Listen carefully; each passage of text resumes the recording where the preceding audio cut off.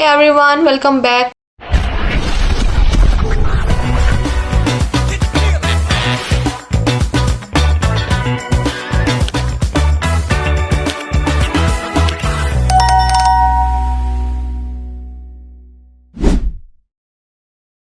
तो आज हम लोग कैनवा के टूल्स को एक्सप्लोर करेंगे। कैनवा एक पावरफुल ग्राफिक डिज़ाइन प्लेटफॉर्म है जो आपको अपनी क्रिएटिविटी शो करने का मौका देता है।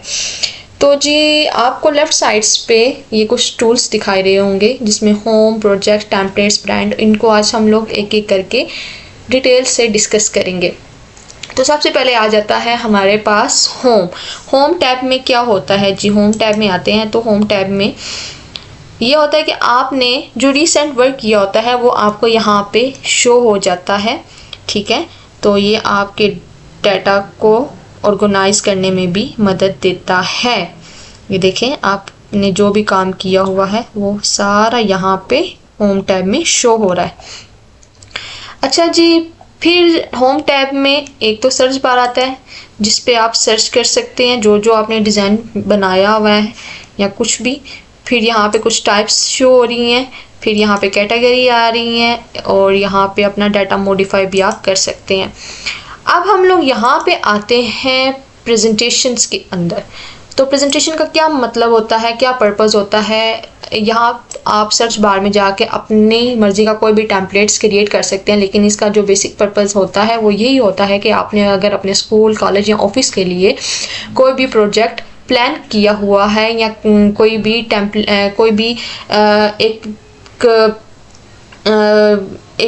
प्लान क्रिएट करना है तो उसके लिए आप लोग यहाँ से टेम्पलेट्स उठा के एक अच्छा प्रोजेक्ट बना सकते हैं। ठीक है, फिर उसके बाद आता है हमारे पास सोशल मीडिया। सोशल मीडिया के अंदर हमारे पास यूट्यूब के लिए थंबनेल्स हमने बनाने हैं, इंस्टाग्राम के लिए आपने पोस्ट बनानी है, टिकटॉक वीडियो बनानी है या कुछ भी बनाना है तो आपको यहाँ पर बने बनाए टेम्पलेट्स मिल जाएंगे। अगर आपको यहाँ के कुछ टेम्पलेट्स अच्छे नहीं लग रहे तो आप मज़ीद यहाँ से सर्च करके अपनी मर्ज़ी का टेम्पलेट्स ले सकते हैं। ठीक है, फिर आता है हमारे पास जी फ़ोटो एडिटर। फ़ोटो एडिटर का क्या बेसिक पर्पस होता है। फ़ोटो एडिटर का बेसिक पर्पस यही होता है कि यहाँ पे आपके पास पिक्चर्स आ गई हैं तो आपने पिक्चर्स को किस तरह एडिट करना है, किस तरह ब्लर करना है, किस तरह उसको क्रॉप करना है, किस तरह एडजस्टमेंट करनी है। ये देखें, ये सारी चीज़ें उसी फ़ोटो एडिटर के अंदर आती हैं। ठीक है, इसको हम लोग मज़ीद एक्सप्लोर करेंगे। तो फिर उसके बाद आता है हमारे पास जी वीडियो।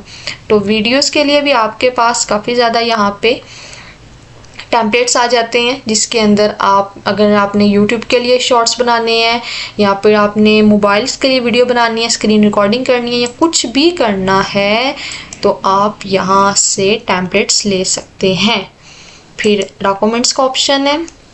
तो ये देखिए, अगर आपने ऑफिस के लिए या फिर आपका अपना कोई बिजनेस है तो उसके लिए आपने इनवॉइसेस बनाने हैं या फिर आपने कोई रिपोर्ट तैयार करनी है तो आप यहाँ से टेम्पलेट उठा के उसको री एडिट कर सकते हैं। फिर आता है जी हमारे पास शीट।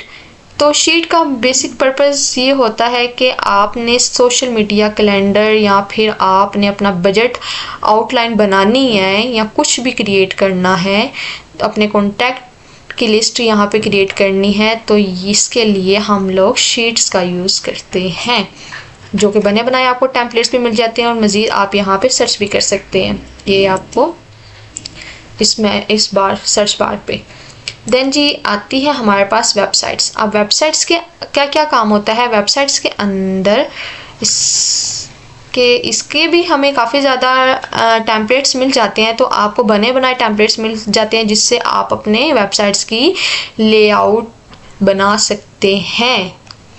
फिर आता है जी हमारे पास ईमेल के टेम्पलेट्स भी काफ़ी ज़्यादा। आपने अगर अपनी ईमेल को बहुत ज़्यादा क्रिएटिव बनाना है तो उसके लिए भी यहाँ पर काफ़ी ज़्यादा एस्थेटिक टेम्पलेट्स हैं जिनको यूज़ करके आप एक अच्छी ईमेल बना सकते हैं। फिर आता है हमारे पास जी कस्टमाइज साइज़। तो कस्टमाइज साइज़ का ये मतलब ये होता है कि आप अपनी मर्ज़ी से विड्थ, हाइट और उसके यूनिट्स ले सकते हैं। आप यूनिट्स के अंदर पिक्सल्स होता है, इंचज़ होता है, मिलीमीटर होता है और सेंटीमीटर्स होते हैं। कोई भी लेके आप अपनी मर्ज़ी से डिज़ाइन को क्रिएट कर सकते हैं। फिर आता है हमारे पास अपलोड। यहाँ पे आप अपनी फाइल्स को अपलोड करने का ऑप्शन होता है और यहाँ पे आपका अपलोड फोल्डर का भी ऑप्शन होता है आपके पास, ठीक है। तो जी ये था हमारा होम टैब, होप आपको समझ आई होगी। फिर आता है हमारे पास प्रोजेक्ट। तो जी प्रोजेक्ट का क्या मकसद है और किसके लिए ये यूज़ किया जाता है कैनवा। तो प्रोजेक्ट इसलिए यूज़ होता है कि आपने जो रिसेंट काम किया है या प्रीवियस काम किया है वो सारा आपको इस वाले टूल्स के अंदर शो होगा। आप देखें यहाँ पे फोल्डर का भी ऑप्शन आ रहा है, रिसेंट यानी कि जो मैंने अब रिसेंटली वर्किंग की है वो आ रहा है। फिर फोल्डर्स का आपको लास्ट में भी बताया है कि अगर आप क्लाइंट्स के लिए काम कर रहे हैं या आपका कोई काम है तो आप फोल्डर के अंदर फाइल्स क्रिएट करके उनको अपलोड कर सकते हैं, उनको XYZ ABC या कुछ भी नाम दे सकते हैं। फिर डिज़ाइंस यहाँ पे आ जाते हैं, इमेजेस आ जाती हैं जो आपने यूज़ की हुई हैं अपने प्रोजेक्ट के अंदर, वीडियोज़ आ जाती हैं, फाइल्स आ जाती हैं। तो यहाँ से आप सर्च भी कर सकते हैं, ठीक है, अपना जो भी कंटेंट है। फिर आता है जी हमारे पास टेम्पलेट्स। अब टेम्पलेट्स का क्या मकसद है। टेम्पलेट्स ये कि आपने किसी भी चीज़ के ऊपर कुछ भी बनाना है, लाइक आप अगर आपने सोशल मीडिया पोस्ट क्रिएट करनी है तो ये देखें आपके पास प्रेजेंटेशन सोशल मीडिया पोस्ट जो आपको पहले भी मैं बता चुकी हूँ, तो आप यहाँ पे भी मज़ीद सर्च कर सकते हैं। लाइक आपने अगर ये देखें एजुकेशन से रिलेटेड आपने कोई भी चीज़ सर्च करनी है तो ये देखें एजुकेशन के टेम्पलेट्स आपको मिल जाते हैं बने बनाए। आप इनको यहाँ से लेके अपना एक अच्छा सा डिज़ाइन बना सकते हैं, ठीक है। फिर जी उसके बाद हमारे पास हम लोग यहाँ से अपना भी कुछ ले लेते हैं, इंस्टाग्राम पोस्ट। अब इंस्टाग्राम पोस्ट के लिए ये देखें कितने ज़्यादा टेम्पलेट्स उसने मुझे दे दिए हैं, ठीक है। तो इसको मज़ीद हम लोग नीचे तक एक्सप्लोर करेंगे। तो इसका यही यूज़ है टेम्पलेट्स का, ठीक है। ये कैटेगरी भी इसमें आ जाती है और इसमें ये स्टाइल्स भी आ जाता है कि आपको कौन सा चाहिए, ठीक है, आप अपने लिहाज से ले सकते हैं। अच्छा जी, फिर आता है हमारे पास ब्रांड। तो ब्रांड टैब का क्या मकसद है। ब्रांड टैब में आप अपने ब्रांड के लिए कस्टम टेम्पलेट्स, कलर, फ़ॉन्ट्स, जिसके अंदर कलर आ गया, फ़ॉन्ट्स आ गया, ब्रांड वॉइस आ गई, फ़ोटोज़ आ गए, ग्राफिक्स आ गया, आइकन आ गया, ये सब यूज़ कर सकते हैं और एक सेटअप करके एक अच्छा डिज़ाइन बना सकते हैं अपने ब्रांड के लिए। और ये टैब आपको अपने ब्रांड की आइडेंटिटी को मेंटेन करने में मदद करता है ताकि आप एक अच्छा डिज़ाइन और कॉन्सिस्टेंट लुक उसको दे सकें।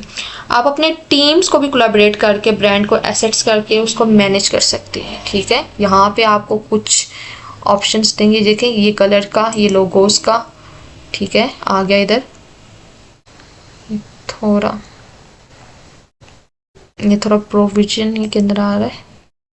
ऑल एसेट्स के ऊपर ब्रांड किट का बेसिक यही पर्पज़ है, इसके अंदर आप खुद से भी यहाँ पे क्रिएट कर सकते हैं इस चीज़ को, ठीक है। तो जी आई होप आपको ये सारे टूल्स क्लियर हो गए होंगे। तो जी नेक्स्ट हम लोग देखेंगे, तो जी अब हम लोग देखेंगे कैनवा प्रो और कैनवा फ्री के बारे में डिस्कस करेंगे कि कैनवा प्रो और कैनवा फ्री में क्या फ़र्क है। तो सबसे पहले इसकी जो स्टोरेज होती है कैनवा फ्री की वो 8 GB होती है, जबकि कैनवा प्रो के अंदर अनलिमिटेड स्टोरेज होती है।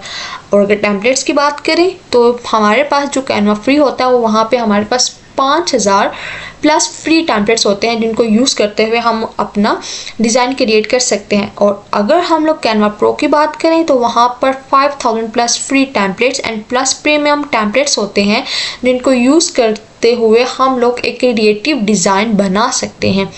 फिर हमारे पास आता है जी फ़ोटोज़। तो फ़ोटोज़ में हमारे पास फ्री फ़ोटो अवेलेबल होते हैं कैनवा फ्री के अंदर, और कैनवा प्रो में हमारे पास million of premium photo available होते हैं जिनको हम लोग यूज़ कर सकते हैं कैनवा प्रो में। फिर हमारे पास आता है जी ग्राफिक डिज़ाइनर। तो यहाँ पे हमारे पास जो ग्राफिक डिज़ाइनर के एलिमेंट्स होते हैं वो लिमिटेड होते हैं किसके अंदर, कैनवा फ्री के अंदर। लेकिन अगर हम बात करें कैनवा प्रो के अंदर तो वहाँ पे हमारे पास अनलिमिटेड एक्सेस होती है और प्रीमियम ग्राफिक्स एंड एलिमेंट्स होते हैं, जैसे कि फ्रेम, शेप्स, आइकन और भी काफ़ी ज़्यादा, ठीक है। फिर हम लोग बात करते हैं हमारी वीडियोस की, तो इसके अंदर हमारे पास बेसिक वीडियो एडिटिंग फीचर्स होते हैं।